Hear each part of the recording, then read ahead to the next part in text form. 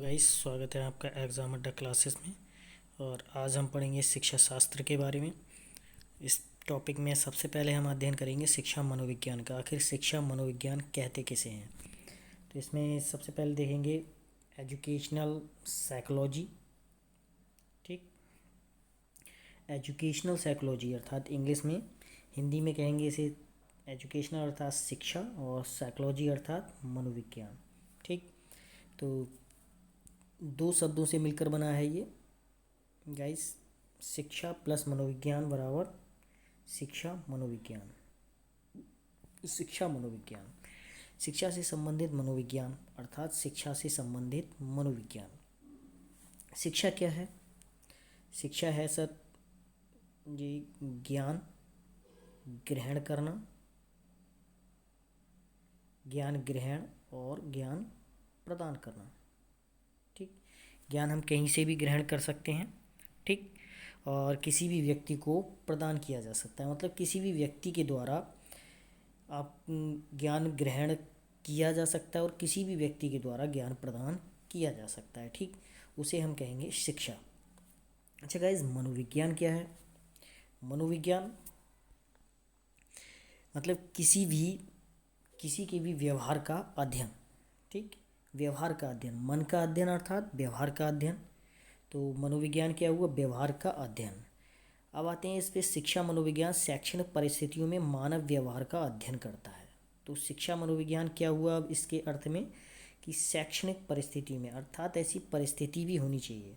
ठीक, इसीलिए आपने देखेंगे कि स्कूल्स खुले होते हैं, प्राचीन समय में आश्रम होते थे, और ऐसी शैक्षणिक परिस्थिति होती हैं, और उन्हीं शैक्षणिक परिस्थितियों में मानव व्यवहार का जो अध्ययन किया जाता है उसी को हम शिक्षा मनोविज्ञान कहते हैं। आगे बढ़ते हैं गाइज। उसके बाद लिखा है शिक्षा मनोविज्ञान की परिभाषाएं। तो गाइज सबसे पहले परिभाषा दी है, सबसे पहली परिभाषा है, शिक्षा मनोविज्ञान शैक्षिक विकास का क्रमबद्ध अध्ययन है। क्रमबद्ध अध्ययन है गाइज। किसने कहा है? J.M. स्टीफेंसन ने कहा है। स्टीफन ने कहा है, J.M. स्टीवन ने कहा है कि शिक्षा मनोविज्ञान शैक्षिक विकास का क्रमबद्ध अध्ययन है। ठीक है, शैक्षिक विकास का क्रमबद्ध अध्ययन है। जैसे कि आप अल्फ़ाबेट सिखाते हैं बच्चों को। ठीक, तो सबसे पहले ABCD सिखाएंगे उसे। ठीक, ABCD सिखाइए आपने, चित्र देख के पहचानना सिखाएंगे, और उसके बाद एक क्रम होता है इसमें, शैक्षिक विकास का एक क्रम होता है। ठीक, किस स्टेज में हमें उसे क्या सिखाना चाहिए।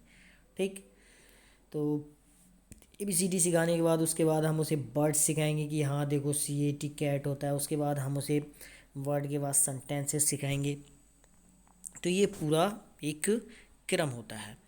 इसके बाद देखते हैं दूसरी परिभाषा दी है, क्रो एंड क्रो की परिभाषा है, मोस्ट इम्पोर्टेंट है एग्जाम्स के लिए आपके। शिक्षा मनोविज्ञान व्यक्ति के जन्म से लेकर वृद्धावस्था तक के सीखने के अनुभवों का वर्णन तथा व्याख्या करता है। ये शिक्षा मनोविज्ञान की परिभाषा है। शिक्षा मनोविज्ञान व्यक्ति के जन्म से लेकर वृद्धावस्था तक के सीखने के अनुभवों का वर्णन करता है, वर्णन तथा व्याख्या करता है। ये किसने कहा है? क्रो एंड क्रो ने। बहुत ही इंपॉर्टेंट है गाइस।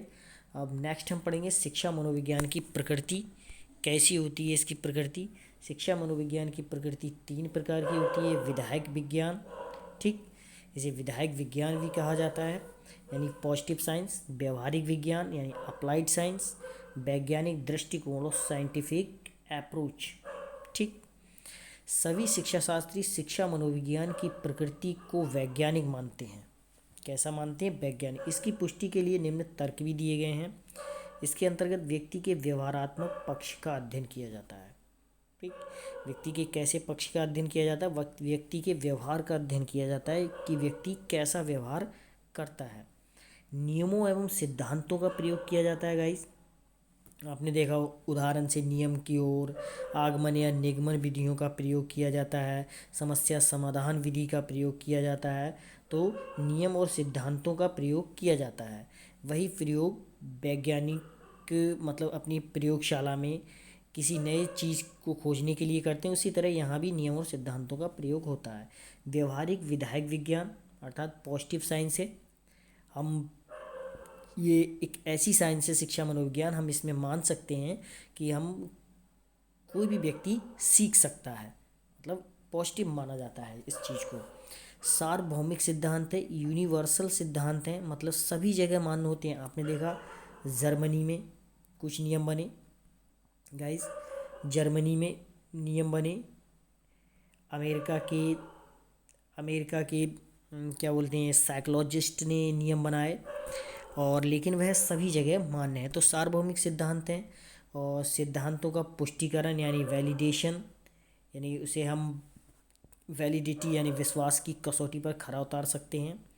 तो आज हमने जाना शिक्षा मनोविज्ञान के बारे में। चैनल को आपने सब्सक्राइब ना किया हो तो चैनल को सब्सक्राइब कर दें, बेल आइकन को प्रेस कर दें, और वीडियो को ज़्यादा से ज़्यादा शेयर करें, जिससे और भी कैंडिडेट इसका लाभ उठा सकें। धन्यवाद।